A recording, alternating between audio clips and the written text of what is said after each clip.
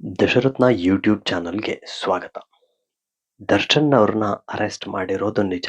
ಆದ್ರೆ ಹೆಚ್ಚಿನ ಜನಕ್ಕೆ ಇದು ಆಶ್ಚರ್ಯ ಏನ್ ತಂದಿಲ್ಲ. ಯಾಕಂದ್ರೆ ಬಹಳಷ್ಟು ಜನ ಈ ತರ ಇವರು ಮಾಡಿರ್ಬೋದೇನೋ ಅನ್ನೋ ಕಾನ್ಫಿಡೆನ್ಸ್ ನಲ್ಲೇ ಇದ್ದಾರೆ. ಕಾರಣ ಈ 14-15 ವರ್ಷದಲ್ಲಿ ದರ್ಶನ್ ಅವರು ಮಾಡಿಕೊಂಡಂತಹ ರಂಪಾಟಗಳು, ಏನವು ರಂಪಾಟಗಳು ಎಲ್ಲವನ್ನು ಡೀಟೇಲ್ ಆಗಿ ತೋರಿಸ್ತೀನಿ. ಮಿಸ್ ಮಾಡದೆ ಈ ವಿಡಿಯೋನ ಪೂರ್ತಿ ನೋಡಿ.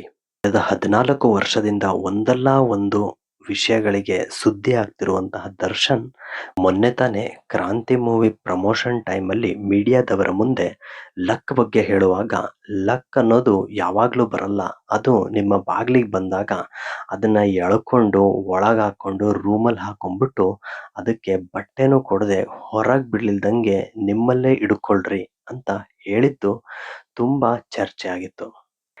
ಹೀಗೆ ಹೇಳಿದಾಗ ದರ್ಶನ್ ಫ್ಯಾನ್ ಒಬ್ರು ಅವ್ರ ಮೇಲೆ ಚಪ್ಪಲಿ ಎಸೆದಿದ್ದು ಉಂಟು. ಇದು ಹೊಸಪೇಟೆಯಲ್ಲಿ ನಡೆದಂತ ಘಟನೆ. ಇನ್ನು 2011ರ ವಿಷಯ ನಿಮಗೆಲ್ಲರಿಗೂ ಗೊತ್ತಿರೋದೇನೆ. ಅವರ ಪತ್ನಿ ವಿಜಯಲಕ್ಷ್ಮಿ ಅವ್ರ ಮೇಲೆ ಹಲ್ಲೆ ಮಾಡಿದ್ರು ಅಂತ ಅನ್ನೋ ಕಾರಣಕ್ಕೆ ದರ್ಶನ್ ಅವರು ಜೈಲಿಗೆ ಕೂಡ ಹೋಗಿ ಬಂದಿದ್ರು. ಮತ್ತೆ ಅದನ್ನೇನೆ 2014ರಲ್ಲೂ ಕೂಡ ಇದೇ ವಿಷಯಕ್ಕೆ ದರ್ಶನ್ ಅವರು ಪೊಲೀಸ್ ಸ್ಟೇಷನ್ ಮೆಟ್ಲನ್ನ ಏರಿದ್ರು. ಈ ತರ ಸುದ್ದಿ ಆದ್ಮೇಲೆ ಅವ್ರದ್ದು ರಿಲೀಸ್ ಆಗಿದ್ದ ನೆಕ್ಸ್ಟ್ ಮೂವಿನೇ ಸಾರ್ಥಿ. ಅದು ಸೂಪರ್ ಡೂಪರ್ ಹಿಟ್ ಆಯ್ತು. ಮತ್ತೆ ದರ್ಶನ್ ಅವರ ಕೆರಿಯರ್ ಮೇಲೆದ್ದೇಳ್ತು. ಇನ್ನು 2021ರಲ್ಲಿ ಒಂದು ಹೋಟೆಲ್ಗೆ ಹೋದಾಗ ಮೈಸೂರಿನಲ್ಲಿ, ಅಲ್ಲಿಯ ವೇಟರ್ ಮೇಲೆ ಇವರು ಹೊಡೆದು ದಬ್ಬಾಳಿಕೆ ಮಾಡಿದ್ರು ಅನ್ನೋ ಕಾರಣಕ್ಕೂ ದರ್ಶನ್ ಅವರು ಸುದ್ದಿಯಾಗಿದ್ರು. ಇನ್ನು ಇವರ ಕಾಟೇರ ಚಿತ್ರದ ಯಶಸ್ಸಿನ ನಂತರ ಇವರು ಮತ್ತೆ ಇವರ ಸಂಗಡಿಗರೊಟ್ಟಿಗೆ ಬೆಂಗಳೂರು ಪಬ್ ನಲ್ಲಿ ಲೇಟ್ ನೈಟ್ ಪಾರ್ಟಿ ಮಾಡಿದ್ರು ಅನ್ನೋ ಕಾರಣಕ್ಕೆ ಪೊಲೀಸರು ಇವರ ಮೇಲೆ ನೋಟಿಸ್ ಅನ್ನ ಜಾರಿ ಮಾಡಿರ್ತಾರೆ. ಇದು ಕೂಡ ಒಂದು ವಿವಾದಾತ್ಮಕ ಸುದ್ದಿಯಾಗಿತ್ತು. ಇನ್ನು ಇನ್ನೊಂದು ವಿಷಯ ಅಂದ್ರೆ, ಇವರ ನಾಯಿನ ಯಾವುದೋ ಒಂದು ಹೆಣ್ಮಗಳ ಮೇಲೆ ಬಿಟ್ಟಿದ್ರು ಅನ್ನೋ ಕಾರಣಕ್ಕೂ ಕೂಡ ಇವ್ರ ಮೇಲೆ FIR ರಿಜಿಸ್ಟರ್ ಆಗಿದೆ. ಆದ್ರೆ ದರ್ಶನ್ ಅವರ ಗೆಳತಿ ಅಂತ ಹೇಳ್ತಾರಲ್ಲ ಪವಿತ್ರ ಗೌಡ, ಅವರು ಯಾವಾಗ ದರ್ಶನ್ ಒಟ್ಟಿಗಿನ ಸಂಬಂಧ 10 ವರ್ಷ ಕಂಪ್ಲೀಟ್ ಆಯ್ತು ಅಂತ ಹೇಳ್ಬಿಟ್ಟು ಒಂದು ವಿಡಿಯೋನ ಇನ್ಸ್ಟಾಗ್ರಾಮ್ ಅಲ್ಲಿ ಬಿಡ್ತಾರೆ. ಇದು ತುಂಬಾನೇ ಸುದ್ದಿ ಆಗುತ್ತೆ. ಈಗ ದರ್ಶನ್ ಅವರಿಗೆ ಕಂಟಕವಾಗಿರೋದು ಇದೇ ಪವಿತ್ರ ಗೌಡ ಹಾಗೂ ದರ್ಶನ್ ಅವರ ಸಂಬಂಧ.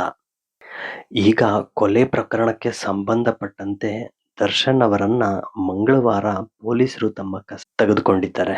ಅವರು ತಮ್ಮ ಫಾರ್ಮ್ ಹೌಸ್ ನಲ್ಲಿ ಜಿಮ್ ಮಾಡುವಾಗ್ಲೇನೆ ಅವರನ್ನ ಬಂಧಿಸಿದ್ದಾರೆ ಪೊಲೀಸರು. ವೀಕ್ಷಕರೇ, ಆಗಿರೋದಿಷ್ಟೇನೆ. ಈ ದರ್ಶನ್ ಹಾಗೂ ಪವಿತ್ರ ಗೌಡ ಅವರ ಸಂಬಂಧ ಯಾವಾಗ ಬೆಳಕಿಗೆ ಬರುತ್ತೋ, ಚಿತ್ರದುರ್ಗದ ಮೂಲದ ರೇಣುಕಾಸ್ವಾಮಿ ಅನ್ನೋ ವ್ಯಕ್ತಿ ಪವಿತ್ರ ಗೌಡ ಅವರಿಗೆ ಅಶ್ಲೀಲವಾದ ಸಂದೇಶಗಳನ್ನ ಕಳಿಸಿರ್ತಾನೆ. ಈ ತರ ಸಂದೇಶಗಳು, ಕಮೆಂಟ್ಸ್ಗಳು ಈ ಸಿನಿಮಾ ತಾರೆಯರಿಗೇನು ಹೊಸದೇನಲ್ಲ. ಆದ್ರೆ ಗೊತ್ತಿಲ್ಲ ಇವನು ಯಾವ ತರ ಕಳ್ಸಿದ್ದ ಹಾಗೂ ಎಷ್ಟು ಬಾರಿ ಕಳ್ಸಿದ್ದ ಅಂತ ಹೇಳ್ಬಿಟ್ಟು ಈ ವಿಷಯವನ್ನ ಪವಿತ್ರ ಗೌಡ ಅವರು ದರ್ಶನ್ಗೆ ಹೇಳ್ತಾರೆ. ಆಗ ದರ್ಶನ್ ಏನ್ ಮಾಡ್ಬೋದಿತ್ತು? ಒಂದು ಪೊಲೀಸ್ ಕಂಪ್ಲೇಂಟ್ ಕೊಡ್ಬೋದಿತ್ತು, ಅಥವಾ ಡೈರೆಕ್ಟ್ ಆಗಿ ಅವನಿಗೆ ವಾರ್ನ್ ಮಾಡ್ಬೋದಿತ್ತು. ಆದ್ರೆ ಇಲ್ಲಿ ದರ್ಶನ್ ಅವರು ಮಾಡಿರೋದೇ ಬೇರೆ. ಪವಿತ್ರ ಗೌಡ ಅವರಿಗೆ ಅಶ್ಲೀಲವಾಗಿ ಮೆಸೇಜ್ ಮಾಡಿದ್ರು ಅನ್ನೋ ಕಾರಣಕ್ಕೆ ರೇಣುಕಾ ಸ್ವಾಮಿಯನ್ನ ಬೆಂಗಳೂರಿಗೆ ಕರೆಸ್ಕೊಂಡಿದ್ದಾರೆ. ಜೂನ್ 8ರಂದು ಆತನನ್ನ ಶೆಡ್ ನಲ್ಲಿ ಇರಿಸಿ ನಂತರ ಜೂನ್ 9ರಂದು ಆತನನ್ನ ಕೊಲೆ ಮಾಡಿದ್ದಾರೆ. ಕೊಲೆ ಮಾಡಿದ ಆರೋಪಿಗಳು ತಾವೇ ಕೊಲೆ ಮಾಡಿದ್ದಾಗಿ ಮತ್ತು ನಟ ದರ್ಶನ್ ಅವರ ಸೂಚನೆ ಮೇರೆಗೆ ಕೊಲೆ ಮಾಡಿರುವುದಾಗಿ ತಪ್ಪೊಪ್ಪಿಕೊಂಡಿದ್ದಾರೆ. ಆ ಸಮಯದಲ್ಲಿ ದರ್ಶನ್ ಕೂಡ ಇದ್ರು ಅನ್ನೋ ಮಾಹಿತಿಯನ್ನ ಪೊಲೀಸರು ಕಲೆ ಹಾಕಿದ್ದಾರೆ. ಕನ್ನಡ ಇಂಡಸ್ಟ್ರಿಯಲ್ಲಿ ದರ್ಶನ್ ಅಷ್ಟು ಫ್ಯಾನ್ ಬೇಸ್ ಅನ್ನ ಬೇರೆ ಯಾರು ಹೊಂದಿಲ್ಲ. ಅವರನ್ನ ಬಾಕ್ಸ್ ಆಫೀಸ್ ಸುಲ್ತಾನ ಅಂತಾರೆ, ಚಾಲೆಂಜಿಂಗ್ ಸ್ಟಾರ್ ದರ್ಶನ್ ಅಂತಾರೆ, ಡಿ ಬಾಸ್ ಅಂತಾರೆ. ಕೆಲವೊಮ್ಮೆ ಅಧಿಕಾರದ ಮದ, ಹಣದ ಮದ, ಜನರ ಬೆಂಬಲ ಸಾಕಷ್ಟಿದ್ದಾಗ ಮನುಷ್ಯನಿಗೆ ಅದೇನೋ ಒಂಥರ ಅಹಂಕಾರ ಬರುತ್ತಂತೆ, ಆನೆ ನಡೆದಿದ್ದೇ ದಾರಿ ಅನ್ನೋ ತರ. ಈ ಪರಿಸ್ಥಿತಿಯಲ್ಲೇ ದರ್ಶನ್ ಅವ್ರು ಇದ್ರ ಗೊತ್ತಿಲ್ಲ. ಆದ್ರೆ ವೀಕ್ಷಕರ, ರೇಣುಕಾಸ್ವಾಮಿಯವರ ಪತ್ನಿ ಈಗ 3 ತಿಂಗಳ ಗರ್ಭಿಣಿಯಂತೆ. ಅವರು ಮದುವೆ ಆಗಿ ಕೇವಲ 1 ವರ್ಷ ಕೂಡ ಆಗಿಲ್ಲ. ರೇಣುಕಾಸ್ವಾಮಿಯವರ ಕುಟುಂಬಸ್ಥರ ಆಕ್ರಂದನ ಮುಗಿಲು ಮುಟ್ಟಿದೆ. ಮಗನ ಶವ ನೋಡಿ ಕಣ್ಣೀರ್ ಹಾಕ್ತಾ ಇದ್ದಾರೆ.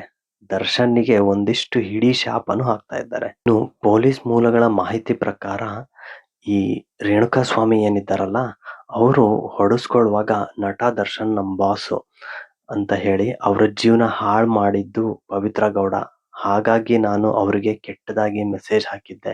ಅವ್ರ ಜೀವನ ಸರಿ ಹೋಗ್ಬೇಕು ಅಂತ ಎಲ್ಲ ಕೊಲೆಗಾರರ ಮುಂದೆ ಹೇಳಿದ್ರಂತೆ. ಇಂತಹ ಅಭಿಮಾನಿನೇ ಈಗ ಕೊಲೆಯಾಗಿ ಹೋಗಿದ್ದಾರೆ. ಇನ್ನು ದರ್ಶನ್ ಅವರು ಕೇವಲ ಒಂದು ಹೆಣ್ಣಿಗಾಗಿ ಹಿಂದು ಮುಂದು ನೋಡ್ದೇನೆ ತಮ್ಮ ಅಭಿಮಾನಿಯನ್ನೇ ಕೊಲೆ ಮಾಡಿಸಿದ್ದಾರಾ ಅನ್ನೋ ಪ್ರಶ್ನೆ ಕಾಡ್ತಾ ಇದೆ. ನಿಮ್ಮ ಅನಿಸಿಕೆ ಏನು ಅನ್ನೋದನ್ನ ಕಮೆಂಟ್ ಮಾಡಿ ವೀಕ್ಷಕರೇ. ನೀವಿನ್ನು ನಮ್ಮ ಚಾನೆಲ್ನ ಸಬ್ಸ್ಕ್ರೈಬ್ ಮಾಡಿಲ್ಲ ಅಂದ್ರೆ ಸಬ್ಸ್ಕ್ರೈಬ್ ಮಾಡ್ಕೊಳ್ಳಿ, ಬೆಲ್ ಬಟನ್ನ ಪ್ರೆಸ್ ಮಾಡಿ. ಧನ್ಯವಾದಗಳು.